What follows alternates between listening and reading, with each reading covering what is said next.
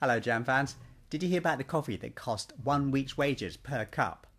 No one wanted to buy the Kopi Luwak, which was on sale in Shanghai recently, costing 200 yuan per shot. That's about $32 US, which is the same as the minimum weekly wage in China's cities. So the salesman was depressed, as you can imagine. What do you think he did? Cut the price. That would be logical, wouldn't it? But no. He realized that people are bizarre, especially about addictive things such as consuming caffeine, watching idiots hurt themselves on YouTube, or putting revolting things in their mouths. So he decided instead to raise the price. He raised it to 900 yuan per cup. That's $140 a cup, which is the same as like a month's wages in China. What happened? Soon there was a huge queue of people around the block. I hear from a reader. Thank you for sending that in. Now, it made me think, wow, I should move to Shanghai and start selling coffee. Price per cup could be 1 year's wages, plus your house and your firstborn, maybe. As some of you know, Kopi Luwak is made from beans semi-digested by a forest animal in Indonesia, an animal somewhere between a civet cat and a weasel. Now, it was originally marketed as regurgitated by a weasel because the marketing people thought pooped by a weasel was too disgusting.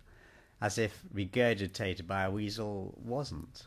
For years I wondered how Kopi Luwak was discovered, for you'd have to have coexisting in the same body at the same time, in a really fussy coffee snob who could recognise the best coffee, plus the sort of person who eats weasel poop. Can you imagine it? Today I decided to, instead of having my usual hand-ground special blend Colombia hand-ground by virgins, I decided I would consume some weasel poop I found on the ground. It was surprisingly piquant. But then last week a coffee executive told me what actually happened. There were some dirt poor peasants who were like picking coffee, and they were allowed to keep the unwanted poopy coffee that they found and use it for their own drinks. And they discovered, to their amazement, that their drinks were way tastier than the boss's drinks. At first it was a secret, you know.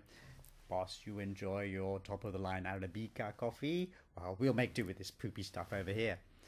And then the bosses noticed the sort of blissed-out faces on the workers at coffee break time, and the secret was out.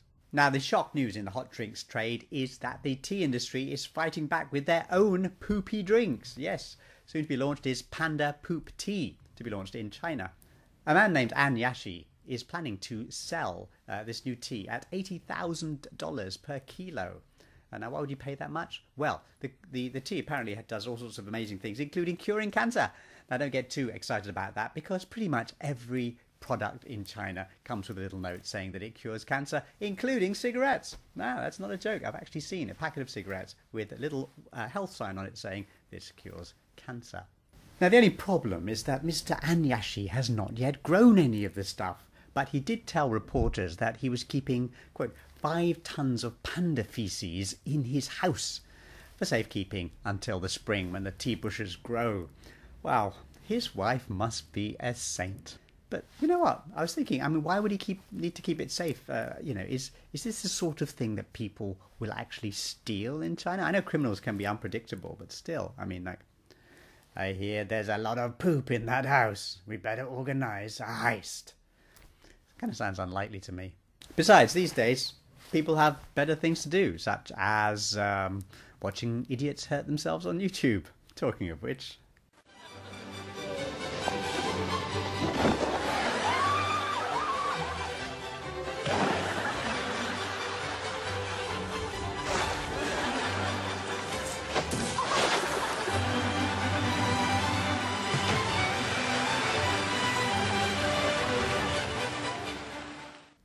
Goodbye, see you next time.